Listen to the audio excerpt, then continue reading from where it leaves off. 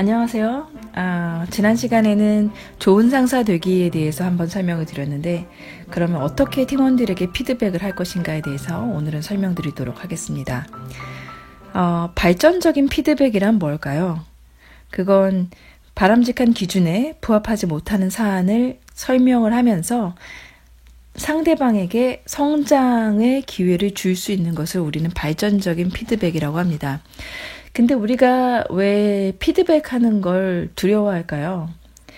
아니면 어려워할까요? 그 이유는 내가 하는 그 피드백이 상대방에게는 불편한 반응을 촉진할 수도 있을 것 같다라는 두려움이 있어서고, 또 이런 말 하는 것 자체가 불편할 수도 있는 거죠. 왜냐하면 싫은 소리를 하는 게 굉장히 불편하잖아요. 그리고 저 사람이 내가 하는 말에 대해서 어떻게 느낄지 불안하기도 하고, 또 이런 말을 했기 때문에 그냥 말 안 했으면 나를 좋게 생각할 수도 있는데 말을 하는 순간 나에게 적대적인 반응을 가질 수도 있을 것 같다라는 두려움을 가지기 때문에 쉽게 피드백을 하지 못합니다. 피드백을 하기 전에 물론 제가 첫 장에서 설명드렸던 것처럼 그 상대에 대한 좋은 감정을 가지고 있어야 됩니다. 그래서 저 사람은 정말 성장하기를 바라고 잘 됐으면 좋겠다라는 마음가짐을 가져야 되고, 그렇게 해서 계속 그 사람과 나와의 신뢰를 미리 쌓는 게 중요하죠. 신뢰의 잔고를 미리 쌓는다라는 표현도 하는데요. 그래서 서로 저 사람이 나한테 나쁜 말 하지만 저건 나를 위해서 하는 말일 거야 라는 마음을 일단 미리 상대방이 가지고 있게 하는 게 중요합니다. 만약 그게 됐다면은 이제 우리도 상사로서 좋은 피드백을 할 수 있는 연습을 해야 될 거예요. 근데 갑자기 피드백을 잘하려고 하면 저 사람이 나한테 왜 저러나 라고 생각할 수도 있거든요. 그래서 내가 이제 피드백을 배워서 당신에게 피드백을 할 건데 불편한 게 있으면 얘기를 해달라. 나도 배우는 거라, 배우는 단계라고 생각을 해라라고 좀 사전에 미리 얘기해 주는 것도 좋겠죠. 자, 그럼 발전적인 피드백을 어떻게 하느냐. 보통 이론적인 프로세스가 있습니다. 첫 번째는 상대가 했던 그 행동에 대해서 얘기하고요. 두 번째는 그 행동에 따른 느낌을 설명을 하고, 세 번째는 영향을 이야기하고, 네 번째는 요청을 이야기합니다. 행동이란 무엇이냐? 즉, 그 사람이 보였던 행동에서 행동이 어땠는지를 그냥 사실 그대로 이야기를 해주는 거예요.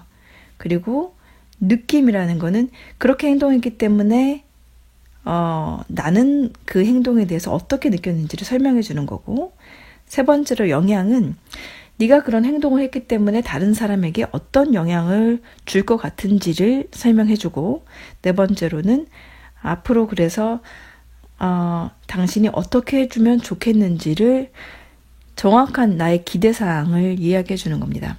한번 상황을 이야기해 볼게요. 제가 팀장으로서, 상사로서 어떤 일을 부하 직원에게 시켰습니다.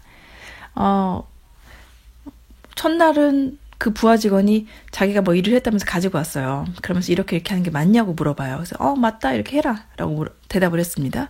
근데 계속 와서 물어보는 거예요. 이게 맞냐, 이게 맞냐, 이게 맞냐. 이런 상황이라면 여러분은 어떻게 대응하시겠어요? 내가 맞다고 했잖아, 똑바로 해. 나중에 일 다 해가지고 보고만 해. 이렇게 얘기할 수도 있겠죠, 옛날 스타일이면. 근데 우리는 피드백을 배운 사람으로서 제가 아까 가르쳐줬던 이 네 가지, 행동, 느낌, 영향, 요청, 요 네 가지를 기준으로 해서 한번 뭐라고 얘기해야 할지 상황을 한번 짜봅시다. 저 같으면 이렇게 할 수도 있을 것 같아요. 행동을 첫 번째 구체적으로 얘기를 해줘야 되는 거죠. 예를 들어 내가 저번 주 월요일에 업무 지시를 했는데, 지난주 화요일부터 오늘까지 매일매일 나에게 질문을 하고 있네요. 당신의 행동이 적극적으로 보이기는 합니다.가 행동이겠죠? 두 번째, 느낌. 그런데 그 행동이 나에게는 참 아쉬워요. 아쉽다라는 느낌을, 아쉽고 뭐 속상하다라든지 그런 느낌을 표현해주고, 세 번째, 영향.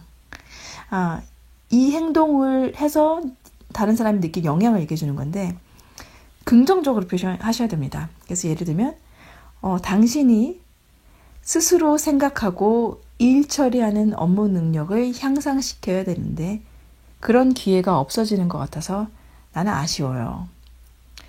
이렇게 영향을 얘기해 주는 거죠. 이렇게 뭐 다른 팀원들 눈에는 너는 일 못하는 사람처럼 보일 수 있다라는 말은 하는 건 아니에요. 왜냐하면 부정적인 영향이기 때문에 최대한 긍정적으로 표현해 주셔야 됩니다. 그다음 마지막으로 당신이 고민한 내용을 안을 가지고 다음에 나를 만나는 게 어때요? 그렇게 하면 당신의 판단이 맞는지도 알고 스스로 일하는 법을 깨우치게 될 것 같은데 어때요? 라고 얘기하는 거죠. 좀 길고 어렵죠. 다시 한번 쭉 풀어볼까요? 뭐 최대리라고 한번 해볼게요. 예를 들어서 최대리가 저번 주 월요일부터 제가 최대리한테 업무 지시를 한다고 설명해 볼게요. 제가 저번 주 월요일에 최대리에게 업무 지시를 했는데 지난주 화요일부터 오늘까지 매일 나에게 질문을 하고 있습니다. 이런 질문을 하는 거는 적극적으로 보이는 반면에 난 좀 아쉬운데요.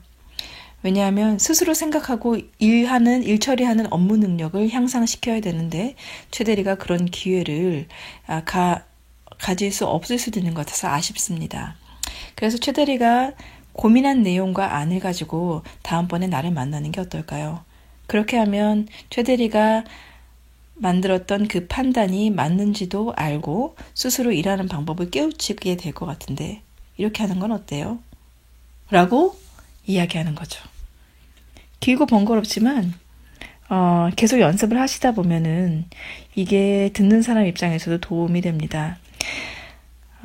스스로 상사 입장에서도 도움이 되고 정리가 되고요. 자, 오늘은 피드백하는 이론적인 방법을 설명드렸고요. 또 궁금한 점 있으시면 질문 올려주시기 바랍니다. 지금까지 제 이야기가 도움이 되셨기 바랍니다. 감사합니다. 지금까지 제 이야기가 도움이 되셨다면 좋아요와 구독하기를 눌러주세요. 다음에 뵙겠습니다.